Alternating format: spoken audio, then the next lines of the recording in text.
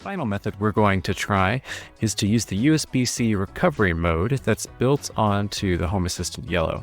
You can see there's a little button on the board called USB-C recovery.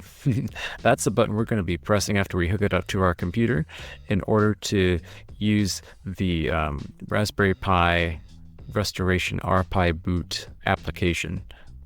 So we need to move a jumper on the board first before we do any of that. So take that little jumper and move it from the left and middle pin and put it on the middle and right pin instead. That way we'll switch to the USB mode for that port. Make sure you push it all the way down so that way it covers both pins on the board. Go ahead and hook up your Home Assistant Yellow to your computer like I have shown in the picture.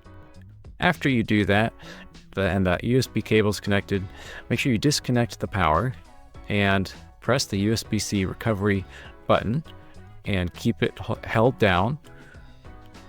You will then take the power cable, plug it into the board, and once you do that, you'll then release the USB-C recovery button. The red light will stay on, but no other light will be on. To install Home Assistant, you want to use the RPiBoot CM4 Mass Storage Gadget option in your Start menu.